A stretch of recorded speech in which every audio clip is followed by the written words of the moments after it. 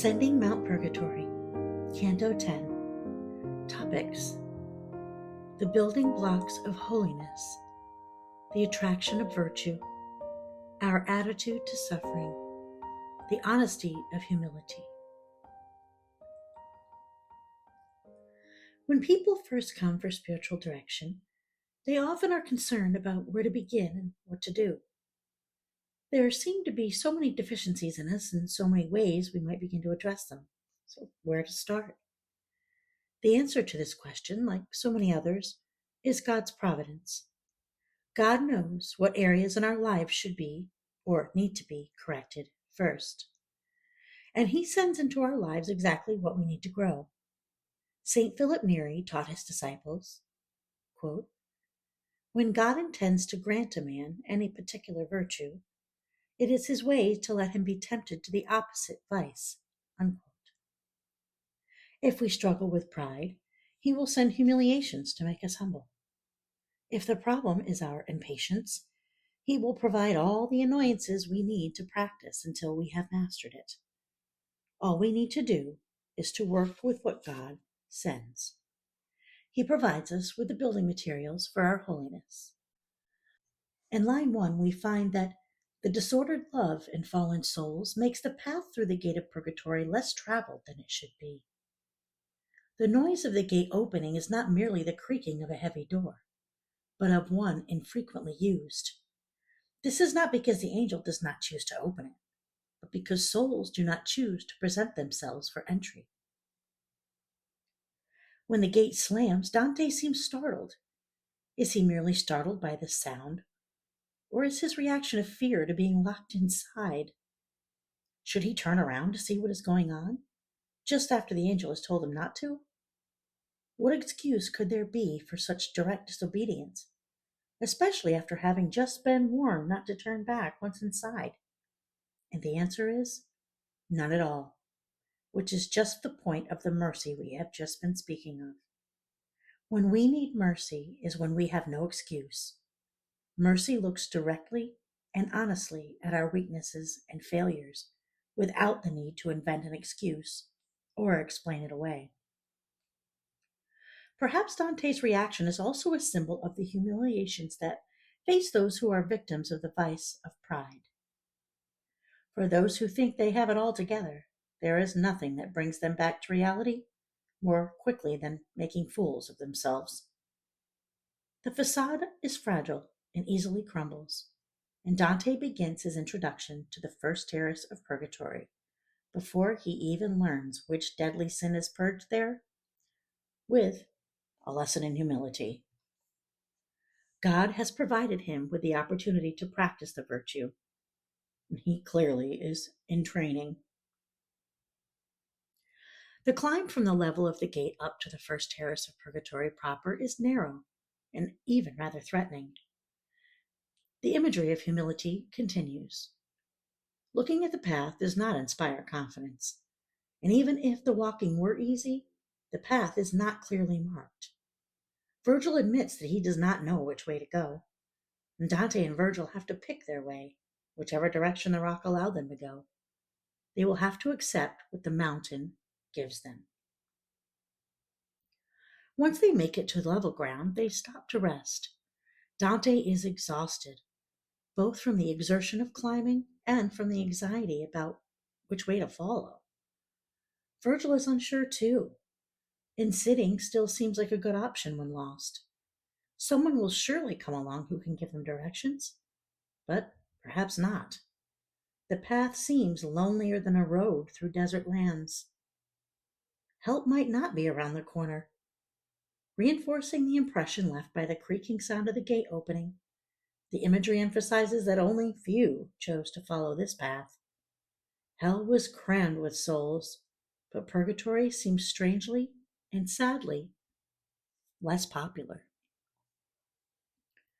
Christianity recognizes that, in the end, the promise of joy is more a powerful force than the threat of suffering.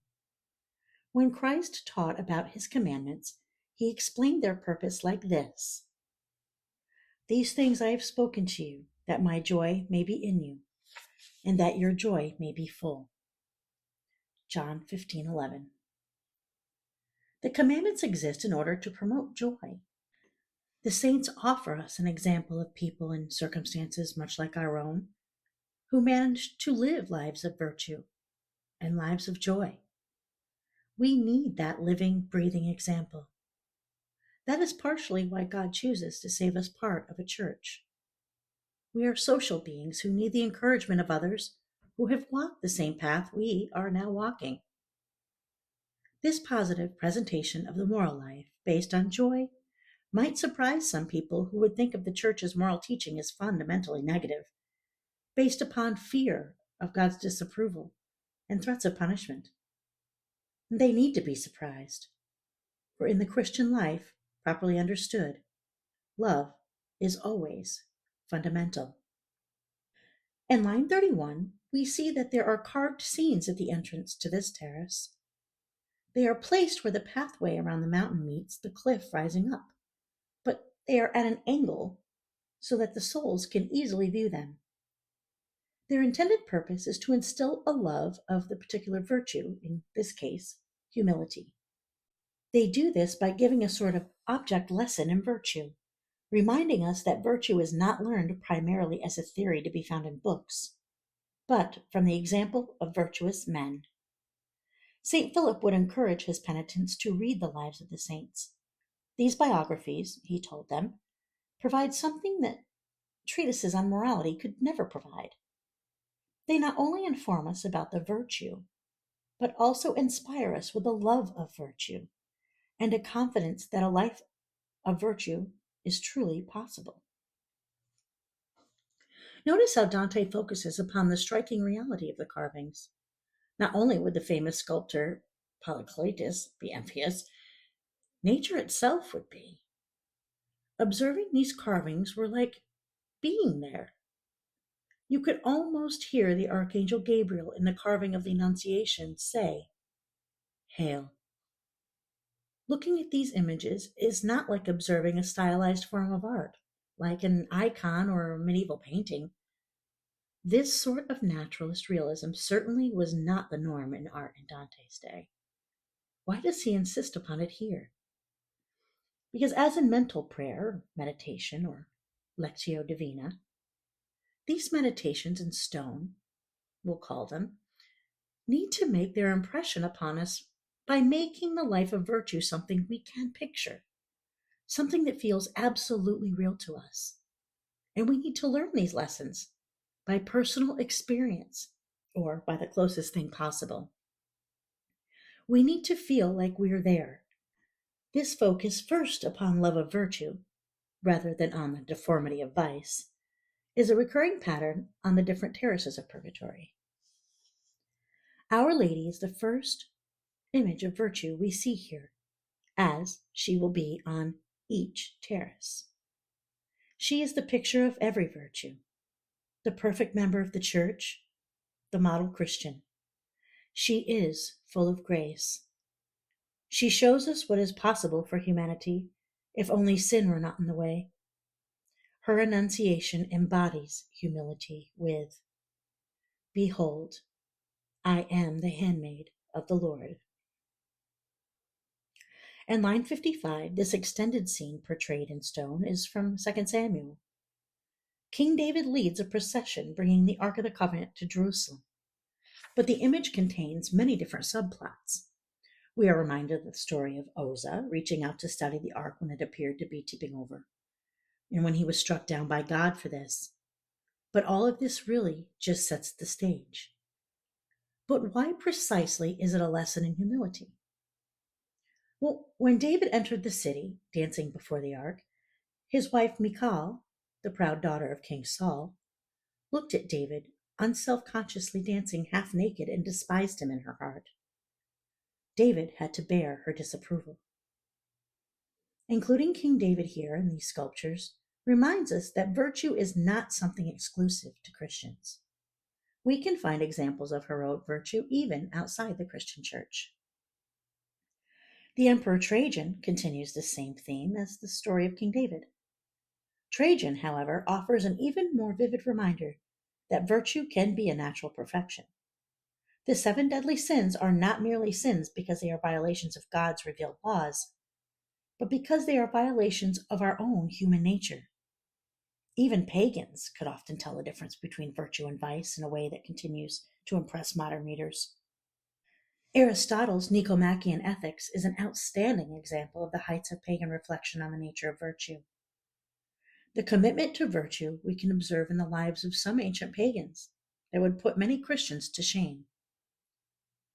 Again, this extended scene with Emperor Trajan, like the scene with King David, is there to set the stage, to make the story vivid and real in our imaginations. The details of the event might not directly convey humility, but they help to make the image personal, memorable, and experiential for us. The aspect of the story that most clearly displays humility is how Trajan, an emperor, takes correction from a simple and poor old woman. It would have been easier for Trajan to respond to the woman with, "Who do you think you're talking to? Who do you think you are?" But how often we stand on our dignity and refuse to take people we consider beneath us seriously. Being dismissive of the opinions and needs of others is shockingly easy. It is even easier when what we are hearing from them is something critical. We do not particularly like correction of any sort, even when it comes from someone we recognize as our superior. Truly listening is a sign of humility, showing an awareness that we might not have all of the answers all of the time. In the end, Trajan not only listens to her, but also takes her advice. He respects the truth wherever he finds it, even coming from an old widow. Seeing these images of virtue produces precisely the intended effect in Dante. They delight him. Virtue is beautiful. If we can catch a glimpse of that beauty, even through eyes dimmed, encrusted by sin, then our hearts will be fascinated with it, even addicted to it. Progress in the life of virtue really begins with love of virtue. Dante's journey has begun. The same pain can be experienced very differently depending on the state of our mind. When we do not know what is happening to us, when it feels useless and unending, we quite naturally feel resentful and overwhelmed by our suffering. It becomes the enemy. But when we know that the pain is producing something beautiful or productive, our attitude towards it changes. As it says in the letters to the Hebrews, quote, "It is for discipline that you have to endure. God is treating you as sons. For what son is there whom his father does not discipline?" Chapter 12, verse 7. What we endure is still painful, but it is meaningful, even desirable, because of the effect it brings about. Going through rehab after an injury or illness can be more painful than we expect, but it is a pain that offers a promise of freedom from pain. It is a pain that is worth it. God promises that if we work in union with Him, our pains can be productive of some good. They can cleanse us and strengthen us, and that is something good, something we should somehow desire. In line 106, Dante does not want us to be repelled by our sufferings or to despair of being able to bear them. Even though we might be shocked by the punishment of the proud and of the other souls on other terraces, as we will see, we should keep our eyes on the goal. That is why on each terrace we are given a glimpse of the beauty of virtue before we encounter the punishment that purges that sin. All of these sufferings are temporary. All are preparing souls for an eternal reward. Unlike in hell, where the sufferings of the damned souls are, in fact, the sins themselves, stripped of all their disguise, here in purgatory, the sufferings we observe are all medicinal. Their purpose is to straighten out the twistedness caused by sin. They work as a sort of rehabilitation program for damaged souls. Whenever we encounter a new punishment in Purgatorio, the first question we should ask ourselves is, how does this suffering undo the damage caused by sin? And how does it prepare this soul for moving closer to heaven? This perspective helps to explain the rather surprising attitude the souls in purgatory have towards their own sufferings. They view them as their pathway to heaven. They do not resent them, they cherish them. Remember, man, that thou art dust. These words from the Church's liturgy on Ash Wednesday can seem an exaggeration that is degrading to the dignity of a human being. But that isn't true. They are merely an expression of fact. Every human being is a creature, absolutely dependent upon God. He created us from nothing, and if he stopped creating us for even an instant, nothing is exactly what we become again. So these words might be an exaggeration after all. We are not dust. Without God, we are nothing. That is the reality of being a creature, and we should not allow ourselves to forget it. Bowing low in the liturgy, kneeling down, even prostrating ourselves, as we see priests and deacons do at their ordinations. They are all reminders of who and what we really are. Humility is actually merely a creature's honest picture of himself. Here in line 130, we see that the proud are bent in half, carrying enormous stones on their backs, because in their lives, the proud gave their attention to matters above them. They pretended they were in charge and that everyone should have to look up to them. Their noses were in the air. From their lofty height, they looked down upon the rest of humanity, those they considered beneath them. But all of that was false, a lie. Here, they are forced to live the truth of being a creature. Here, they are forced to bow down low, the appropriate posture for a creature, but a posture they never managed to master. And from that position, they cannot look down upon their neighbor nor compare themselves to anyone else. All they can see is the ground. They will never be able to forget that fundamental reality. They may never have properly acknowledged their servitude to God in this life, their status as servants, but they can't escape it now. It could be argued that the proud are not merely being rehabilitated by their sufferings here, but also living out the consequences of their sin. They falsely took burdens on themselves by pretending to be in charge. But this is burdensome because we do not have what it takes to be in control of everything. It is just too big for us. It is more than we can bear. And each one has his own degree of punishment, corresponding both to the severity of the spiritual disorder and to the strength of the soul. The suffering of each is specially ordered to repairing the damage that sin was done to the soul. God will never try us beyond our strength or give us more than what is helpful for us. Each one seems to be at the limit of his endurance, though, and he hears them say, I can bear no more. Some must have objectively lighter loads, especially those for whom pride was not such an issue. Perhaps they are at their limit because they are moving as quickly as their strength will permit. Their eagerness to get on with it would allow nothing less. Maybe learning to admit that they are at their limits is itself an act of humility.